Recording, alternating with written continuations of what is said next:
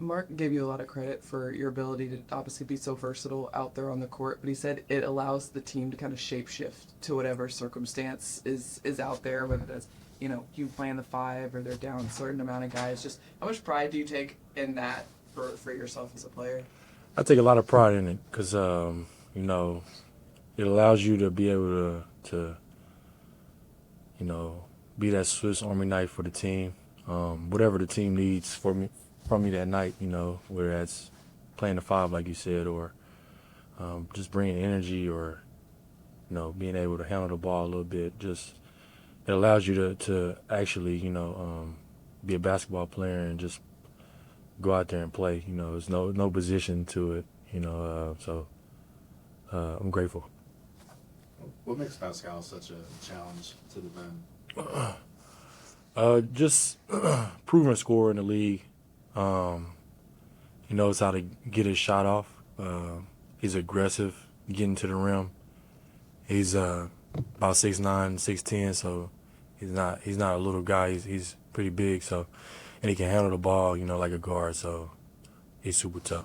Is there carryover from Milwaukee in terms of the wall that you guys have to build in transition against him, just the way that he, the force that he plays with out in the open floor? Yeah, for sure. No, that's something that we rely on, not just with Giannis, but guys similar to him, Siakam and guys like that.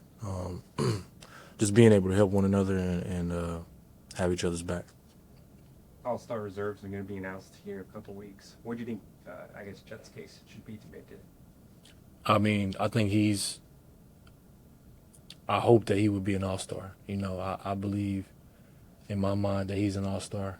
Just from what he does for our team, being able to stay available defensively, blocking shots, alternate shots in the paint. And then offensively, just you see his versatile this year. Being able to use him in so many ways, shooting and finishing. So in my mind, he's an all-star. Thunder taking on the Indiana Pacers here tonight on a Friday night. I've got Branden Carlson alongside me. We got some wintry weather coming in, but you guys are all geared up for the competition. And coming off that 4-game road swing, you end up winning that whole 4-game trip by 70 points if you just add up the margins of victory. What did you guys like best about the way that you performed to go 3-1 on the tough trip? I just think the way that the team competes together, no matter who's out on the court, everyone comes out ready to go, whoever we face. And I think that's just one of the great traits that this team has, is, all guys are ready to play for 48 minutes. We definitely saw that up in Milwaukee just in that final game. I mean, so many guys out, and it just seemed like you all didn't miss a beat at all. What is it about the group defensively that you guys are so connected on that end of the floor? Because it just seemed like it was such a great 48-minute effort on that end of the floor. Yeah, I think a lot of it just comes down to everyone just having a lot of trust in each other. A lot of it's obviously, we have good one-on-one defenders, but as well, I think it's just great 5-on-5. No matter if there's a breakdown somewhere else, you have your teammates back to cover up whatever happens. Something from that game that I noticed just about your performance is your mix of popping out to the perimeter and then rolling hard for those alley-oops. You're so efficient when you can, pop to three and get lob dunks that are like, 100% field goal percentage opportunities. How are you picking and choosing your spots to roll or to pop, and how does that work depending on the ball handler that you're with? Yeah, it depends on the ball handler, obviously, and then as well, I think just on, how they're playing defense. If they're switching a lot, I'm going to roll more. If they're in more coverage, I'll probably pop more. And then just depends on, I guess, the time of the shot clock, if I'm going to roll or pop, or just offense and play calls. So there's a lot that goes into it, but I think a lot of it you learn to kind of just fill it out as you play basketball for quite a while. Yeah. And then a lot of times when you're playing with Shea, and maybe this falls into the coverage category, but sometimes they're trapping the guy out to half court, and you're sort of hanging there, able to play 4-on-3 on the backside.